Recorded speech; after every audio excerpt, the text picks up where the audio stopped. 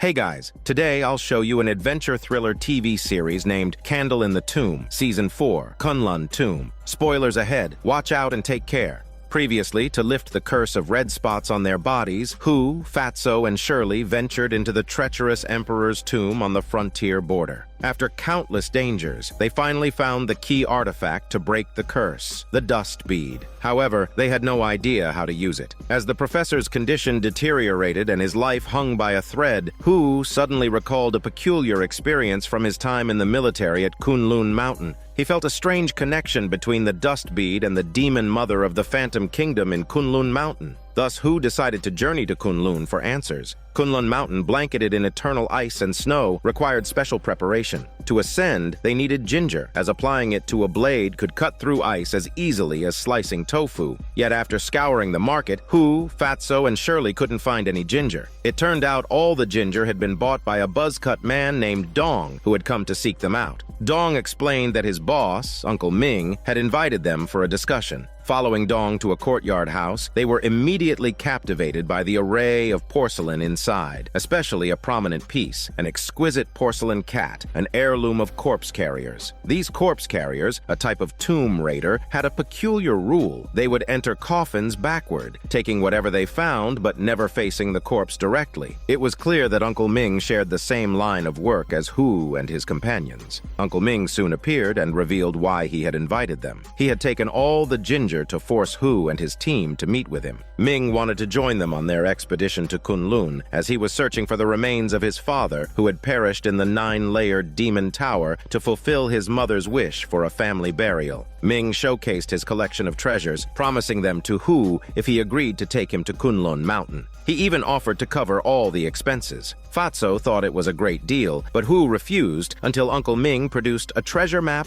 of the Phantom Kingdom. This changed Hu's mind, and so the filial Uncle Ming prepared for his journey to find his father. Meanwhile, Hu tasked Fatso and Shirley with gathering supplies for the trip, while he sought out the Divine Bard for clues. The Divine Bard refers to individuals who, after suffering severe illness or experiencing a great dream, suddenly gain the ability to recite all the verses of the Western regions. Hu hoped to learn about the Phantom Kingdom from one such bard he knew, the bard whose favorite verse was Hidden Fragrance. The bard explained that the Phantom Kingdom was once a brutal and tyrannical place, ultimately eradicated. They had sealed its demons within the 9-layered demon tower. The bard warned that opening the tower might awaken the dormant demons. Hu candidly admitted that his goal was to break the red spot curse, and Mount Kunlun might hold the key. Hearing this, the bard agreed to join him. Fatso and Shirley later reunited with Hu in the town, along with Uncle Ming, Dong, and their entourage. To Hu's dismay, Ming had brought along not only his wife, Shuna, and his bodyguard, but also his goddaughter, Sang, who possessed a ghostly eye. This ability had saved Ming from countless dangers, so he never traveled without her. Hu was bewildered. Was this an adventure or a vacation? Guided by the scripture Uncle Ming possessed, their first stop was the Samsara Temple to find the Silver Eye of Gulaluo. The bard warned them that the Samsara sect, remnants of the Phantom Kingdom, were dangerous. The Samsara Temple had long been abandoned, and no one who entered ever returned. It was said to contain a passage leading underground, where man-eating demons were imprisoned. Following the bard, the group searched for the temple and finally found it. Upon opening the door, they saw a dilapidated interior with walls painted with scenes of the Samsara sect's hellish punishments. One such punishment involved the monster sin-eating Balu devouring the guilty. Fatso dismissed these tales as superstition, but the bard insisted that myths often stemmed from reality. As they ventured deeper, the temple became even more decrepit. Hu and Fatso led the exploration, but all they found were cobwebs and murals. There was no sign of the Silver Eye of Gulaluo that Uncle Ming had mentioned. After further searching, Shirley finally discovered the mural of an eye painted on the ceiling, which the group assumed was the Silver Eye of Gulaluo. At that moment, Uncle Ming accidentally bumped into a pillar, causing the old and rotten wood to snap. The fallen pillar crashed into the wall, creating an opening. The group entered through the hole and found a Buddha statue hidden inside. Shirley examined it and concluded that the statue was highly valuable. Fatso, noticing Uncle Ming staring at the statue, reminded him that he was here to find his father. But why does this Buddha seem more important to him than his father? Moving further, the group found a door covered in talismans, which they deduced led to the hell of the Samsara sect. Just then, a rat scurried by, startling Shuna, who screamed in fright and in a chicken voice. Hu was about to investigate but was stopped by the bard. Before leaving, the group sealed the opening with rocks. Uncle Ming asked Shuna to take out the scriptures for everyone to examine. Upon comparison, they noticed that the patterns in the scriptures matched the ceiling mural. By chance, Hu discovered that the light from his flashlight, passing through the scripture, projected patterns that aligned with specific points on the ceiling mural. It turned out that the ceiling and the scriptures together revealed the complete image, and Hu deduced from the clues that the 9-layered demon tower was likely located in the Karamir Mountains. That night, the group found a cave to rest in. Around midnight, Fatso woke up to use the bathroom and saw Uncle Ming's assistant sneaking away. Fatso woke Hu, and the two quietly followed Dong. They saw him heading straight to the Samsara Temple they had visited earlier. Suspecting he was after the silver-eyed Buddha statue, Hu and Fatso decided to take a shortcut and scare him away. However, as soon as they entered the temple, they heard a thunderous sound. Outside, Dong's terrified screams echoed, but he continued moving forward. Observing this, Hu and Fatso climbed a beam to hide. Dong, upon entering the temple, first knelt to worship the Buddha, a guilty thief still clinging to rituals. He then started dismantling the sealed wall. As he ventured inside to move the golden Buddha statue, he realized it was chained. The other end of the chain was connected to the talisman-covered door. In his efforts to yank the chain, Dong accidentally opened the door. From inside, a monster emerged, immediately scaring Dong into unconsciousness. Meanwhile, Fatso, perched on the beam and holding his bladder for too long, accidentally urinated. This led Hu to berate him, calling him a team pig for ruining their cover. The monster, following the trail of urine, discovered them. Hu instructed Fatso to jump down and crush the creature. Fatso followed through, delivering a powerful drop that momentarily knocked the monster unconscious. Looking at the fallen monster, Hu suddenly remembered the bard's earlier warning about sin-eating Balu, a creature said to punish those with karmic sins. The monster soon regained consciousness and launched an attack on Fatso. Hu jumped down to help. During the scuffle, Fatso's greasy body was pinned beneath the monster. At the same time, Dong regained consciousness. Hu called out for his assistance, but the selfish Dong pretended to faint again to avoid involvement. Hu and Fatso managed to toss the monster a few meters away. As it rose again, the duo hid behind some wooden panels. The monster began searching the area. Meanwhile, Dong tried to escape but accidentally made noise, drawing the monster's attention. The beast turned and attacked Dong, ripping his throat apart. Hu and Fatso, realizing Dong was beyond saving, decided to retreat but accidentally made noise, alerting the monster again. They ran, attempting to trap it outside the stone door. However, the stone door couldn't withstand the tug of war and broke. The group had no choice but to engage in another fight, repeatedly being thrown to the ground in a life-or-death struggle. At the critical moment, the bard and Shirley arrived to save Fatso. The bard tried to distract the monster but was attacked and bitten. Just as the monster prepared for another strike, the group worked together to loop a noose around its neck, hoisting it onto the beams. Uncle Ming's bodyguard arrived just in time, leapt into action, and with a swift move, decapitated the monster. The group began examining the creature's corpse. Shirley speculated that the monster was originally a rat that had mutated after consuming a special drug. At that moment, Uncle Ming arrived, ready to confront Hu and Fatso after seeing Dong dead. Unfazed, Hu and Fatso accused Dong of greedily attempting to steal the silver-eyed Buddha statue, only to fall victim to the creature. Uncle Ming immediately shifted his attitude, cursing Dong for his actions. Suddenly, Sang screamed and hid behind Shuna, claiming to have seen a shadow. Everyone followed her gaze, which landed on the bard. To their horror, the bard began coughing up blood. They realized that the bard had been bitten by the mutant rat earlier and was now poisoned. Hu and the others quickly treated the wound, disinfecting it as best they could. However, by the next day, despite multiple treatments, the injury worsened and the blood turned black. With no choice, Hu instructed Fatso to lead the group to their next destination, while he and Shirley drove the bard to the hospital. Driving through the night on bumpy roads, Hu and Shirley didn't notice the bard. bard, lying in the back seat, undergoing a terrifying transformation. His face became streaked with bloodstains, and suddenly he sat up, muttering incomprehensibly before grabbing Hu by the neck. Hu slammed on the brakes, using the momentum to free himself. A chaotic fight broke out inside the vehicle as it veered dangerously toward a cliff. Fortunately, Hu pulled the handbrake just in time, saving all three from a fatal plunge. Shirley quickly administered a sedative to the bard, causing him to pass out. Relieved, the pair finally managed to deliver the bard to the hospital. However, the doctors recommended transferring him to a county hospital for more comprehensive tests. Realizing the bard couldn't continue with the expedition, he decided to pass on his knowledge to someone. He chose Shirley, deeming her the best candidate, and began teaching her the sacred chants of the Samsara sect. Meanwhile, Fatso and the rest learned about a man named Chuyi, who had ventured into the Karamir Mountains before. They endured a rough journey to his ranch, hoping to convince him to guide them. However, Chuyi flatly refused, unmoved by offers of money or flattery. Before leaving, he warned them to go back because the Karamir Mountains are no place for them. When Hu and Shirley rejoined the group, Fatso informed them of their failure to recruit Chuyi. Hu said nothing but instead took a wheelchair and sought out a paralyzed woman nearby. It turned out they were old acquaintances, connected by an unforgettable incident during Hu's military days in the Kunlun Mountains. Hu had long blamed himself for his inability to protect this woman from a wolf attack, which left her paralyzed. Despite her condition, the woman expressed gratitude for Hu saving her life back then.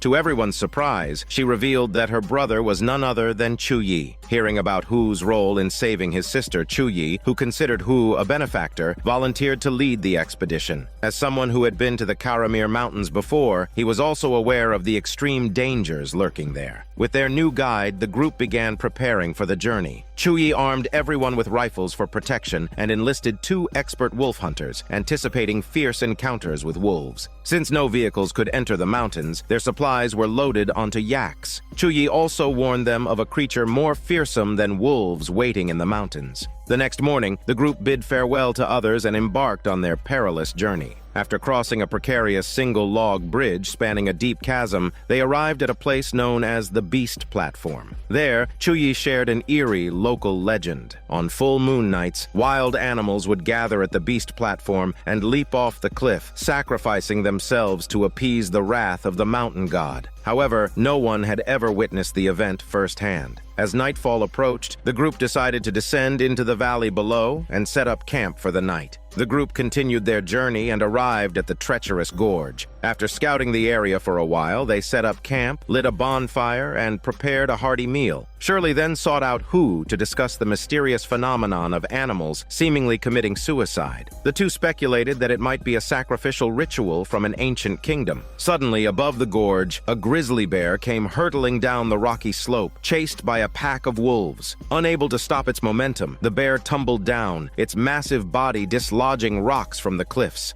Down below, the group scrambled to avoid the falling debris while the yaks, terrified by the commotion, bolted into the distance. Chuyi quickly led Hu and Fatso to chase after the yaks. When they reached a certain point, Chuyi suddenly stopped in his tracks. He had sensed danger. At that moment, a wolf lunged out of nowhere. With incredible skill, Chuyi swiftly killed it. While Hu praised Chuyi's prowess, he couldn't help but marvel at how the wolves had turned the gorge into their hunting ground. Then a chilling thought struck him. Since wolves are pack animals, this means that their camp might be in danger. When they returned to the camp, they were shocked to find it surrounded by wolves. It seemed the wolf they had just killed was merely a scout. As the alpha wolf, a white-furred leader emerged from the pack, Hu immediately recognized it as the same wolf they had battled years ago. To his surprise, it was still alive. Quietly, Hu instructed Fatso to capture the alpha wolf to defeat the pack. However, before they could act, the wolves began retreating one by one, vanishing into the night. Once the wolves were gone, Hu explained to the group that the gorge was actually a trap created by the wolves, with the animals in the area serving as their prey. These were no ordinary wolves. Their intelligence was remarkable. While they had temporarily left, Hu was certain they would return.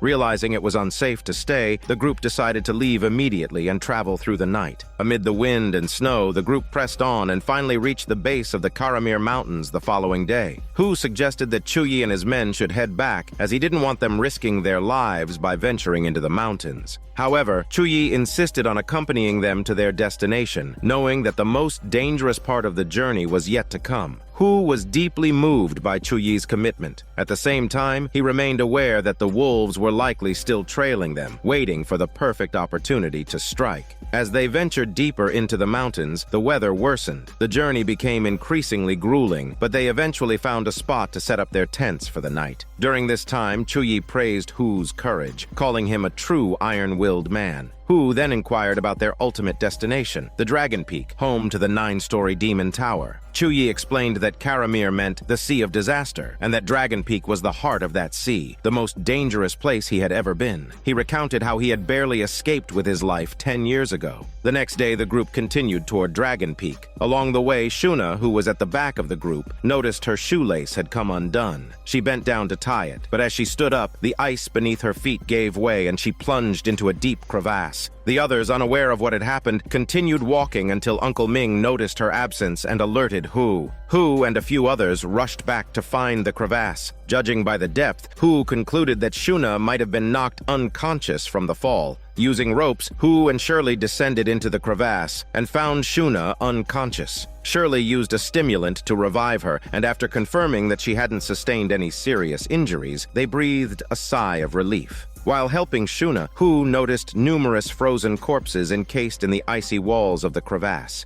He speculated that this must be a burial chamber of the Samsara sect. The group decided to set up camp near the chamber. Upon further exploration, they discovered another body beneath the icy surface of the chamber. Using ginger juice to melt the ice, they uncovered a mummy encased in gold. Shuna, an expert in studying corpses, eagerly examined the mummy and identified it as a rare golden mummy of the snow mountains. Uncle Ming was ecstatic, claiming that this find could fetch at least 1.5 million and was ready to take it with them. However, Hu and the others stopped him. Based on the orientation of the mummy's head and feet, they had already deduced the location of the 9-story Demon Tower. Having achieved their goal, Hu warned against disturbing the mummy, fearing the consequences of overstepping their bounds. Yet Uncle Ming was still unwilling to give up. Once Hu and the others stepped away, he, along with Shuna and the assistant, attempted to move the corpse. Unexpectedly, a streak of blue light shot out from the ground, piercing the sky. In that perilous moment, Shuna pushed Uncle Ming out of harm's way, saving his life but taking the full brunt of the blue light herself. She was instantly burned to death. Fatso sighed deeply, lamenting the fragility of life and how death can come in a fleeting instant. Shirley, grief-stricken, pulled out a blanket and draped it over the stunned Uncle Ming. Once again, Hu urged Uncle Ming to leave the area, promising to retrieve his father's remains and bring them back to him. But Uncle Ming adamantly refused. He believed that Shuna had sacrificed her life to protect him, enabling him to fulfill his purpose, and he couldn't abandon that mission now. Seeing his determination, the others chose not to press him further. That night, Hu sat by the fire and unexpectedly dozed off. In his dream, he saw Shuna's corpse transform into something monstrous. When he tried to raise his gun to shoot, he found himself paralyzed, unable to move. The terror jolted him awake. Uneasy, he decided to check on Shuna's body, but before he could reach it, a wolf alarm flare went up. As expected, the pack of wolves that had been tailing them chose this stormy night to launch an attack. The wolves surrounded those at the front of the group, with several making cautious advances. The group quickly opened fire, killing a few wolves, but more kept coming. Just as a signal flare fell from the sky, the wolves suddenly retreated, leaving behind the slower ones, which were swiftly gunned down.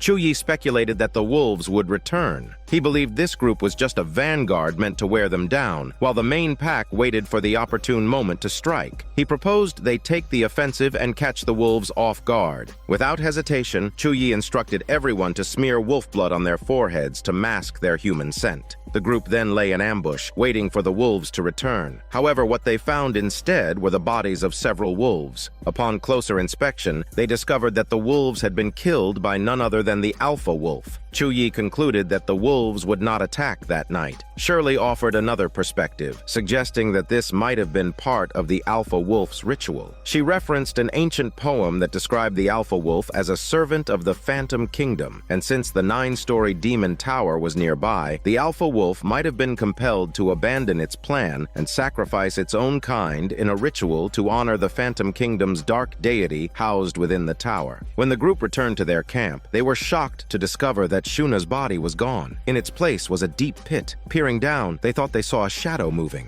As they looked closer, they saw someone or something that resembled Shuna looking up at them, wearing a mask. The eerie sight left everyone deeply unsettled. Hu and Shirley decided to investigate, descending into the pit together. As they climbed down, the crevice narrowed, making progress increasingly difficult. Fatso, concerned, called out loudly to Hu, nearly triggering an avalanche. Hu quickly signaled him with his flashlight, warning him to stay silent. Reaching the bottom, the two spotted a cave across the way. Hu decided to investigate, and after several attempts, managed to secure his climbing axe into the rock wall, but as he crossed over, the wall began to crack. Sensing danger, Shirley urged him to hurry back. As they climbed back up, the creature resembling Shuna suddenly appeared, letting out a chilling roar before charging at them. Shirley, unable to fend it off, was quickly entangled by the creature. Hu swung across and kicked it into the abyss, buying them precious time. However, as they climbed further, the creature returned, leaping up and latching onto Hu. The struggle caused the ice cave to crack further, with chunks of ice falling from above. Shirley managed to escape the cave, but Hu was once again grabbed by the creature. Seeing this, Chuyi fired a well-aimed shot, wounding the creature and forcing it to retreat. Unfortunately, the gunfire triggered a full-scale avalanche within the cave. Hu narrowly escaped through the cave's entrance just as it collapsed, burying the creature under tons of snow and ice. Exhausted but relieved, the group realized they had narrowly survived yet another brush with death. Everyone speculated whether the creature was actually Shuna transformed, but her face had been charred beyond recognition, while the creature's face was stark white. At this moment, Chuyi recalled the existence of a creature known as the Snow Maitreya. These monsters, which dwell beneath the ice, are known to steal freshly deceased bodies, infiltrating their clothing to control them. The corpses turn white under their control, and the Snow Maitreya can even prey on living beings to drain their blood. Just as he finished explaining, the Snow Maitreya appeared and attacked. The group immediately opened fire, but the creature fled swiftly. Fortunately, Chuyi assured everyone that the Snow Maitreya only acts at night, allowing them to relax slightly. However, Shirley suddenly realized they had lost their bearings and could no longer find the direction to the 9-story demon tower. Hu, observing the stars in the sky, thought of the ancient scripture. Borrowing the scripture from Uncle Ming, he compared its contents with the constellations and finally pinpointed their direction. At dawn, the group set out and followed the identified path. After chiseling through a thick layer of ice at their destination, they uncovered a hole in the ground. Looking down through the opening, Hu speculated that this was likely the top floor of the 9-story demon tower. They descended one by one into the chamber, but found no passage leading to the lower floors. Hu suggested chiseling through the crystal floor, but Uncle Ming strongly objected. The scripture warned that breaking the floor could trigger a curse. Shirley added that the ancient poem taught to her by the bard mentioned the demon tower's crystal being tied to a malevolent god, and that approaching it could spell doom.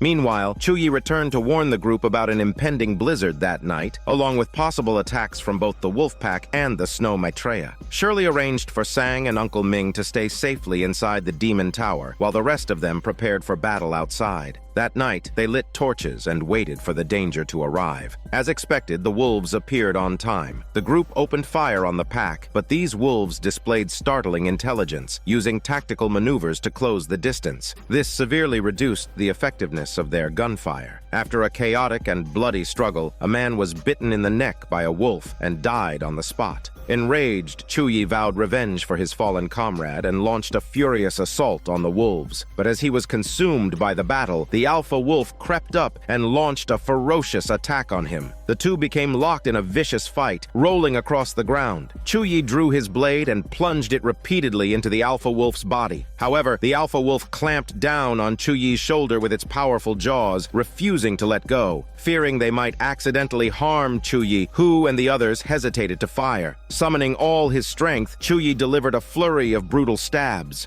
Gravely wounded, the alpha wolf used its final ounce of strength to lunge at Chuyi. Both man and beast tumbled into the tower below. Hu and the others rushed down to find Chuyi drenched in blood but smiling faintly. He had finally avenged his sister. Hu was overwhelmed with guilt, blaming himself for not sending Chu Yi away earlier, which might have saved his life. Uncle Ming tried to console him using his muscles, reminding Hu that they needed to focus on tending to Chu Yi's remains. As they prepared to move Chu Yi's body, the crystal floor suddenly cracked open, and the alpha wolf's corpse fell to the level below. Contrary to Uncle Ming's fears, the breaking of the crystal floor did not trigger any curses, leading the group to believe the warnings were merely superstition. Encouraged, they decided to continue digging through the layers of the tower. After painstakingly excavating floor after floor, they finally reached the bottom level, where they discovered a stunningly transparent sculpture. Shirley speculated that this must be the fabled crystal of the evil god. Examining the sculpture closely, they found a corpse hidden beneath it. Could this be the true body of the Phantom Kingdom's demon mother? Hu warned everyone not to touch anything, fearing it might activate a trap. But Uncle Ming insisted that this crystal-encased corpse was his ultimate goal, the preserved body of the demon mother. Furious, Hu berated Uncle Ming, accusing him of deception since his real plan was not finding his father at all, but to drag them all the way here. The tension escalated as Uncle Ming's bodyguard drew his gun and aimed it at Fatso and the others. Hu calmly reminded everyone that if a fight broke out, they could all die if the tower collapsed. Seizing a moment of distraction, Hu tackled the bodyguard, and with the help of Shirley and Fatso, they subdued him. Seeing the situation turn against him, Uncle Ming pleaded for mercy, admitting his wrongdoing and even threatening to take his own life. Yet no one tried to stop him. Feeling utterly disregarded, Uncle Ming gave a bitter laugh. However, as he fumbled with his gun, it accidentally discharged, hitting the crystal coffin. The coffin began to stir ominously. Despite their desperate efforts to prevent it from breaking apart, the sculpture ultimately cracked open. The crystal coffin's lid shattered, revealing the true form of the crystal corpse inside, gleaming and translucent. However, the group quickly noticed that the body was missing its eyeballs. Suddenly, a worm crawled out of the corpse and launched itself at them. In a split second, Hu threw water on it, briefly knocking it down. But the worm quickly regained its footing and attacked again.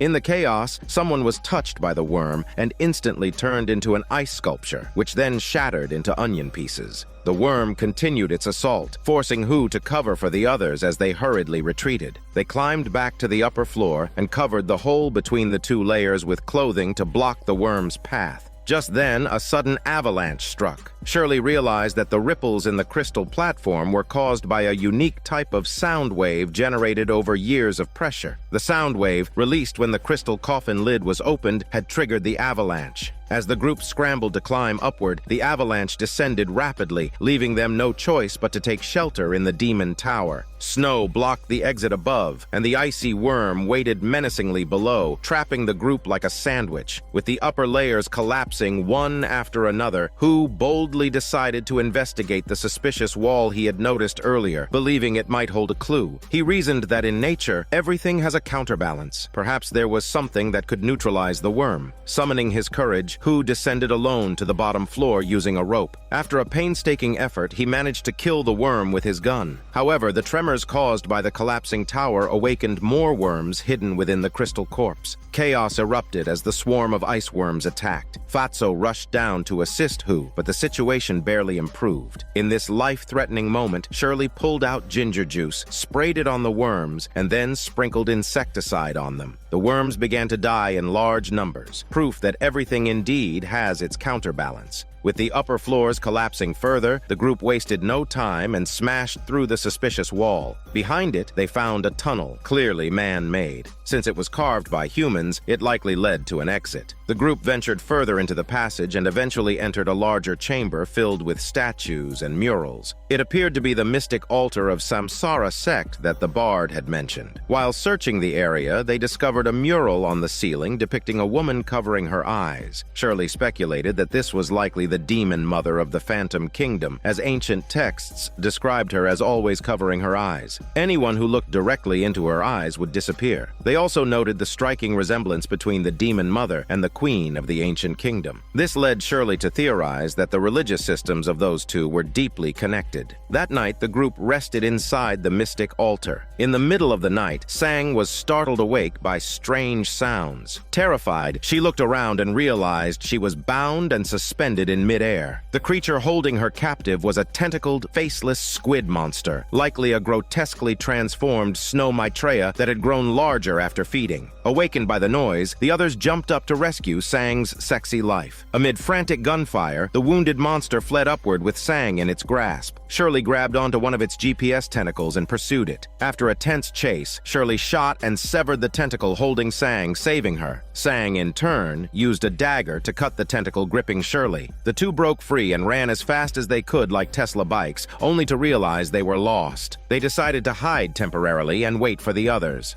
Meanwhile, Hu and the rest of the group caught up, only for the squid monster to reappear and capture Uncle Ming with its tentacles. His bodyguard opened fire with a machine gun, rescuing Uncle Ming but getting caught by the monster himself. Hu and Fatso rushed in to help but soon found Fatso ensnared by the tentacles as well, about to be dragged away even though he's heavy. In desperation, Fatso pulled out a lighter and set the tentacle ablaze, discovering that the creature was afraid of fire. Elsewhere, Shirley, supporting a weakened Sang, ran ahead only to reach the end of the tunnel, a sheer cliff. Across the abyss stood a colossal stone statue of the Demon Mother. Rather than sit and wait for death, Shirley decided they should swing across the chasm to find another way out. She wasted no time. Using a rope, she swung across to the stone statue on the opposite side. On the statue's forehead, she discovered a mechanism. Noticing it was about the same size as the dust bead, she decided to try using the bead. Sure enough, it worked. The ancient mechanism shifted, revealing a small hole just big enough for one person to crawl through. Without hesitation, Shirley climbed in. After navigating a long, narrow passage, she arrived at a mysterious altar. At the center stood a statue of a serpent, and atop it rested two crystal-like orbs. These appeared to be the missing eyes of the crystal corpse from earlier. Just as she was about to examine them further, she heard Sang's cries for help from outside. Grabbing the two crystal eyes, Shirley rushed out to rescue her. On the way back after saving Sang, they were struck by one of the squid monster's tentacles. The blow sent them both tumbling into a deep ravine below. By the time Hu and the others arrived, they were too late, leaving Hu furious and desperate. Determined to act, Hu grabbed a torch he'd found earlier in the mystic altar and charged at the squid monster. To his surprise, the creature was highly flammable. With a burst of flames, the monster was reduced to the aroma of grilled squid. Looking over the edge of the cliff, Hu noticed a pool of water below. Convinced that Shirley and Sang might have survived, he called Fatso to assist and prepared to jump in. Though he found no trace of them in the water, there were signs of movement on the shore, suggesting they were still alive. However, Uncle Ming suddenly spotted Sang's severed hand nearby, nearly breaking down in tears. Determined, the group pressed on with renewed urgency. Following faint footprints on the ground, they made their way through a narrow passage. What lay before them left them stunned. A massive pit containing a sprawling, ancient city. This had to be the legendary city depicted in the murals at the mystic altar. Without hesitation, the group ventured into the city, ignoring the potential danger. As soon as they entered, the surroundings unexpectedly lit up. A strange, thin mist floated in the air. Passing through it felt like stepping into another world. The city was eerily empty, with no sign of life, yet it was brightly illuminated, not with ancient eternal flames, but with lights that seemed to have been lit just moments ago. The city itself, though ancient, was not in ruins. Many of the tools and animal hides appeared freshly made. In one room, they even found a pot of steaming hot beef stew. Time in this city seemed frozen at the exact moment its inhabitants vanished. Everything felt surreal, yet unsettlingly real. Fatso, driven by hunger, reached out for the food despite Hu's warnings. Uncle Ming joined in, greedily devouring the stew. Although hungry, Hu held back and began searching the house. He eventually found a blood-stained handprint on a door. Fatso followed him inside, where they discovered a room filled with blood splatters, chunks of raw meat, and the severed head of a yak, still barely alive and hanging from the ceiling. It was clearly a slaughterhouse. As the group discussed the unsettling discovery, a swarm of crocodile-like creatures suddenly charged at them. Hu immediately recognized them as striped sharks, creatures they had encountered before. The group drew their guns and began firing, but chaos broke out as Uncle Ming started frothing at the mouth and laughing uncontrollably, as though poisoned. Fearing he might bite his tongue, Hu wedged a bone into his mouth to keep it open. The four struggled to fend off the onslaught, but the sheer number of striped sharks was overwhelming. Soon, a massive striped shark targeted Uncle Ming. In a split second, Uncle Ming's bodyguard shoved him aside, sacrificing himself and being bitten by the shark. Hu and Fatso rushed to help, but the shark's tough hide and ferocious strength made it nearly unstoppable. Just as it lunged at Hu, a rope flew through the air and looped around the shark's massive jaws. The rescuer was none other than Shirley, who had been missing.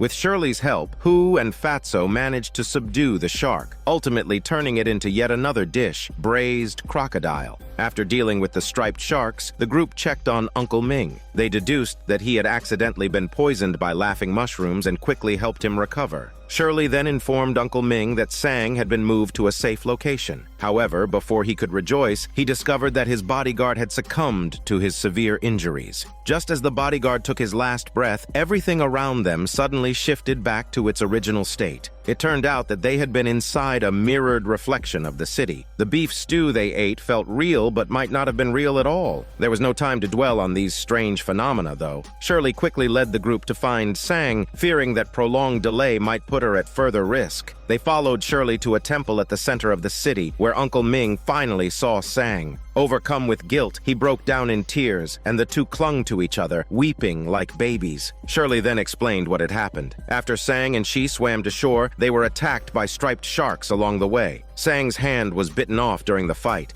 While fending off the sharks, Shirley managed to get Sang to safety in the temple. She then showed the crystal eyes she had retrieved from the serpent statue to Hu and Fatso. Hu, however, was more interested in the mirrored illusions Shirley had mentioned earlier. Shirley explained that the murals on the temple columns corresponded with a long poem by the bard. According to the poem, in ancient times, the serpent god descended from the heavens. Its eyes, said to be imperishable for 10,000 years, were revered as divine artifacts capable of opening pathways to illusions and granting the serpent god's soul eternal life. The high priest of the demon kingdom once wielded this terrible power, using it to enslave their people. However, the demon kingdom's cruelty eventually led to a rebellion that brought about its downfall. In the end, the high priest used the serpent god's eyes to open a portal to the illusionary realm, capturing a moment in time from the city and placing it over the city's ruins. This caused time within the city to loop endlessly, symbolizing the demon kingdom's quest for eternal life. The serpent god's eyes are what we know as the dust beads, and the red spots on their bodies likely came from a virus that only exists within the illusionary realm. To remove the curse, they needed to locate the ancient altar and close the portal. Judging by the mural on the column, the altar was not far away. As the group searched for the altar, Uncle Ming accidentally triggered a mechanism, revealing a hidden door. They followed the long passage downward and eventually crossed a stone bridge, arriving at a mysterious altar. Suddenly, Sang sensed danger and collapsed to her knees, pointing ahead. Shirley noticed countless small caves on the opposite rock wall, which seemed to have once been cells for sacrificial slaves. As Hu, Fatso, and Shirley approached to investigate, they found two large bowls containing liquids of different colors on a stone platform.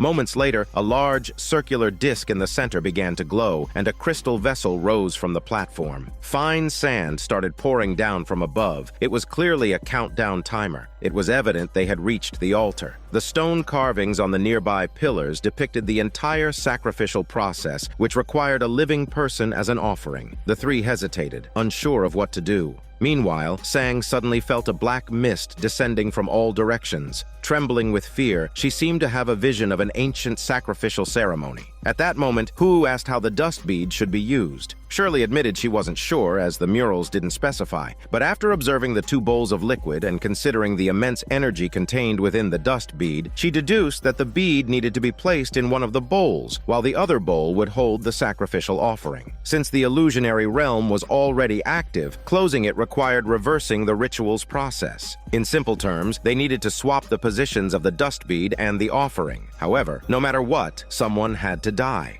Hu, Fatso, and Shirley began arguing, each insisting on being the sacrifice to save the others. Just as their argument heated up, Sang suddenly screamed, her eyes bleeding. She cried out that she saw countless girls being blinded and thrown into the altar during ancient times. Her words struck a nerve, instantly triggering a realization in Shirley. The so-called living sacrifice wasn't about killing someone, but rather using their eyes as the offering. The people of the demon kingdom believed that the soul resided in the eyes, which represented a person's essence. While living humans weren't necessary anymore, finding the right eyes wasn't so simple. As the group argued about whose eyes to take, Uncle Ming suddenly jumped in with a solution. It turned out he had a pair of eyes already, eyes he had unknowingly stolen from Shirley the demon mother's crystal eyes. With that settled, it was time to make the choice, live or die. Just as the tension peaked, a massive striped shark jumped out to join the chaos. Hu and Fatso quickly drew their guns and fired at the shark. Shirley joined the fight, and the three of them engaged in a dangerous battle with the shark. In the end, the shark was knocked unconscious by a falling stone from the underground palace. At that moment, the hourglass ran out of sand, triggering a mechanism that caused the entire palace to shake violently. Loose rocks and debris began falling all around them. The striped shark, regaining consciousness, charged at Hu. Behind him was a sheer cliff, and the enormous conical stone from the ceiling was about to fall. Hu lured the shark closer, leaning backward just as the shark lunged. The shark was struck directly on the head by the falling stone and died instantly. Just as everyone thought Hu had sacrificed himself, he surprisingly climbed up, unharmed. With no time to waste, Hu and Fatso hurriedly placed the crystal eyes and dust bead into the large bowls to activate the altar. To their shock, both bowls exploded simultaneously, sending them flying into the air like Barbie toys.